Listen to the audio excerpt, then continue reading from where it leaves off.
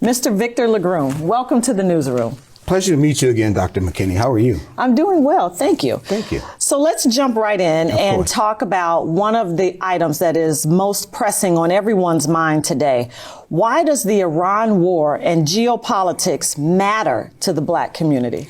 You know, so all things are connected, especially when it comes to politics. And so when we see internationally that there's conflict, there's strife, there's disruption, often that plays out differently in different communities. But for underserved communities, what we see is that has a financial toll that it starts taking almost immediately.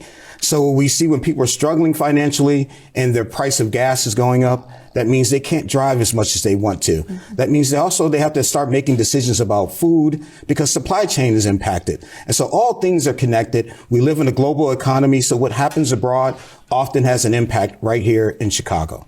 But don't you think most people see the war playing out on television and they think, well, that's something that's happening somewhere else. It doesn't really affect me here. You know, give us a few more examples of how people can better understand how this war is impacting their everyday lives. Absolutely. So let's look at the global war on terrorism. So back in 2000, the average gas price was roughly around $1.05.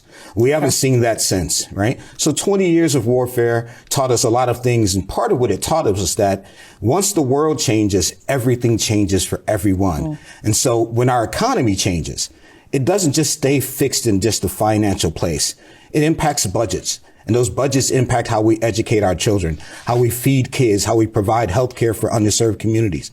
And so when we struggle to ensure that we can take care of the least of us, that means right here at home, we have to figure out a way to now meet those needs. So when our federal government is bogged down in a long-term war, today, for example, we're spending roughly around $900 million at war every single day. And so that means we're on pace to spend roughly about $250 billion. That money comes from somewhere. And so that means we're going to have a harder time ensuring we can take care of the American people. And that means right here at home in Chicago, we're going to have to make sure we can solve some difficult challenges.